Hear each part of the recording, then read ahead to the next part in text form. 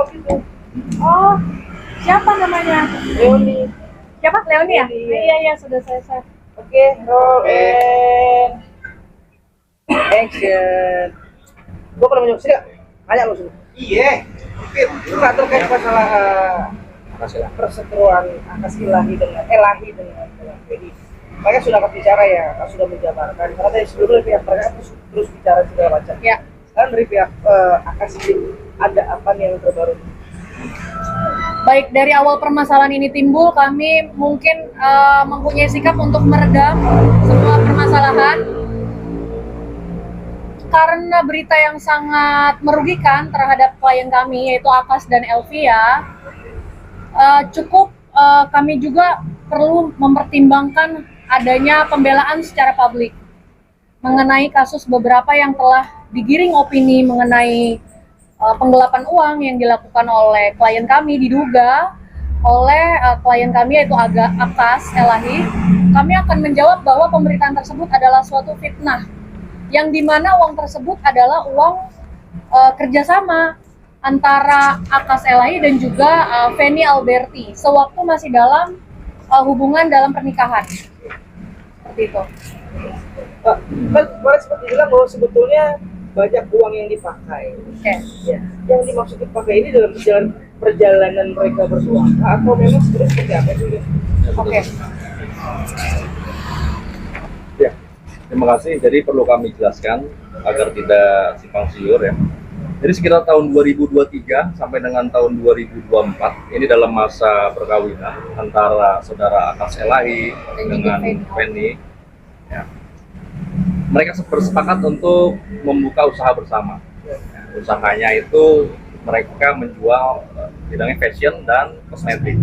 Dijual melalui e-commerce, gitu ya, e-commerce yang live dan lain-lain, gitu ya. Lalu dalam e-commerce akun e-commerce tersebut menggunakan rekening atas nama Feni Alberti untuk menarik hasil dari penjualan itu menggunakan rekening tersebut.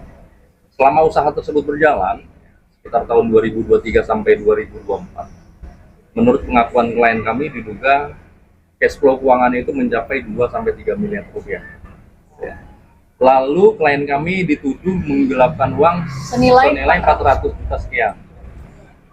Klien kami menjelaskan bahwa uang tersebut digunakan untuk kepentingan membayar satu supplier barang, operasional kegiatan, lalu untuk membayar gaji karyawan. Dan itu bisa dibuktikan oleh klien kami dengan hasil-hasil pembayaran tersebut. Lalu kami sampaikan juga kepada saudari Feni melalui kuasa hukumnya Sri Daren ya. Kalau kami juga ingin bertanya kembali, kalau dianggap itu atau diduga itu satu penggelapan, maka kami tanya, dalam prinsip-prinsip usaha atau kerjasama, kerja bersama, itu harusnya menggunakan prinsip-prinsip asas-asas kejujuran, transparansi, dan tanggung jawab. Maka kami juga minta tanggung jawabnya kepada saudari Feni untuk membuka semua catatan keuangan selama masa usaha tersebut berjalan. Atau kalau perlu kami juga bantu mengirim audit keuangan agar lebih jelas di mana yang dianggap ada dugaan penggelapan atau penipuan tersebut, gitu ya. Jadi selama ini uang itu dikelola oleh saudari Feni yang mengelola uang tersebut melalui rekeningnya. Nah, jadi ini perlu kita jelaskan kepada publik agar lebih jelas dugaan-dugaan itu harus bisa dipertanggungjawabkan. Terlepas masalah uang ini kan pada itu melebar kemana-mana, masalah anak. Bahkan terus disebut sama Feni bahwa Akas itu minta untuk tes DNA.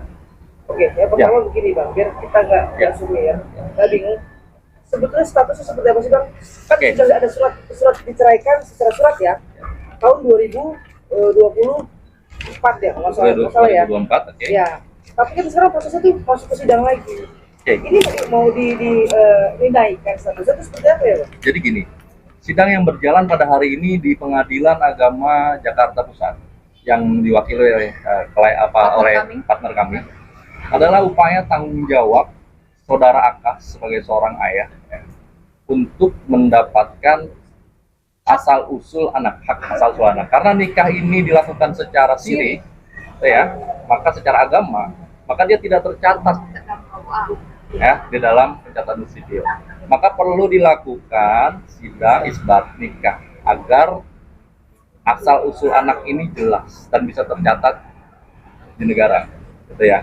Ini adalah bentuk Tanggung jawab terhadap seorang ayah kepada anaknya agar asal usulnya jelas. Anak ini dilahirkan oleh siapa? Hari ini anak itu hanya berstatus ibu, anak seorang ibu. Oke. Nah, masa depan anak ini yang perlu kita pikirkan. Ya. Ke depan kami konsen ke sana, kami membela Akas dan Elvia. Terutama kami juga konsen terhadap bagaimana Kelangsungan anak-anak. anak ke depan. Ini yang penting. Seharusnya hal-hal lain, gitu ya, yang diduga penggelapan dan lain-lain itu seharusnya kita kesampingkan. Tapi kita kedepankan yang hari ini kita sedang lakukan persidangannya, bagaimana ke depan soal anak ini bisa mendapatkan kepastian hukum yang jelas, gitu ya. Karena anak ini perlu pendidikan, ya, yang layak, kesehatan, masa depannya masih panjang. Dan Akas sampai hari ini bertanggung jawab ya, terhadap kelangsungan anaknya ke depan. Namun memang aksesnya agak sulit, tertutup dan lain-lain. Maka kami minta di kesempatan ini kepada saudari Feni, mari duduk bersama, bicarakan semua solusi yang baik, yang terbaik untuk mendapatkan hak dan anak ini ke depannya agar jelas itu kepastian hukum. Oke, berarti sesungguhnya isbat ini untuk mendapatkan kebenaran anak ya. Betul, Tapi benar. gini, kalau yang biasa kan berkata bahwa Akas itu mempertanyakan anak ya atau bukan, maka sehingga keluarlah datang untuk testing. Karena itu kami beri paham terhadap rekan kami Bapak Sri Daren. Di dalam Islam pernikahan siri otomatis dalam akte kelahiran anak otomatis hanya seorang ibu. Namun kenapa isbat nikah itu dilakukan oleh klien kami agar anak-anak dari Feni dan juga Akas memiliki akte kelahiran atas nama bapak dan ibunya. Nah, prosedur tersebut memang harus dilakukan upaya tes DNA untuk itu. Pertanyaannya adalah, kenapa seorang ibu ketakutan untuk melakukan tes DNA? Sedangkan hal tersebut seharusnya tidak merugikan untuk seorang ibu, kan? Kan kita berupaya untuk melangsungkan hak-hak anak nih. Nah, tolong untuk rekan Sri Daren untuk memberikan paham terhadap kliennya bahwa upaya kami adalah upaya terbaik untuk kelangsungan kehidupan anak-anak mereka. Oke, terus juga sedikit menanggapi terkait masalah sempat beredar bahwa saudari Feni ini kan sempat terkena penyakit yang dibawa oleh Akas. Mungkin sudah dengar seperti apa sih? Ini agak serem ya, gitu. Ya, jadi itu mungkin isunya tidak bisa dipertanggungjawabkan. Satu, kenapa Akas ini saat ini kan sudah menikah kembali dengan Elvia. Pernikahannya itu juga melalui uji kesehatan. Dan tentu itu bisa dibuktikan bahwa Akas baik-baik saja kondisi. Kira itu. Next Bang, sidang selanjutnya apa saja? Langkah selanjutnya, Akas dan Elvia akan melakukan upaya-upaya hukum bagi beberapa juga netizen-netizen yang menggiring opini ini terus-menerus ke arah stigma-stigma yang negatif. Satu, seperti itu, karena sudah ada beberapa akun yang sudah saya laporkan di Polda Metro Jaya, dikarenakan banyaknya bulian terhadap Elvia dan juga Akas. Jadi ada beberapa akun yang dimana mengedit wajah dan itu dijadikan bulian terus-menerus, dikarenakan ini menyangkut nama baik ya, nama baik klien kami. Gitu. Jadi untuk akun ini juga bisa kenapa kita juga nggak bisa terlalu spesifik ya? Karena kita Karena dalam kan, penyidikan. ya, ini masih dalam proses penyelidikan proses Polda Metro Jaya dan juga akan terus didalami oleh Polres Jakarta Pusat tentunya. Oke. Sorry, satu lagi kan pelatihan baru nih apa sih ya? Ya. Kebetulan hari ini Elvia ulang tahun. Iya. Sama ya, sama ya. Akas sendiri seperti apa sih menanggapi ini secara personal ya, antara Akas dengan para lawyernya, seperti apa sih kegeraman dia sebetulnya? Ya sebenarnya Kasihan- untuk karakter kasihan di Akas dan Elvia-nya. juga Elvia ini mereka sangat mungkin agak sedikit sedih ya, karena kan Elvia sendiri kan sangat jauh dari pemberitaan negatif. Kita pernah tahu kenal. Namun ketika menikah dengan Akas, pembulian, stigma negatif itu muncul.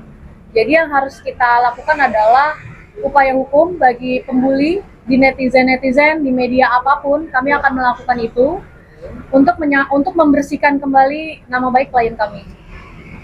Kak, satu lagi Kak, terkait katanya bahwa ada membawa penyakit itu gimana Kak? Udah ditanya. Udah.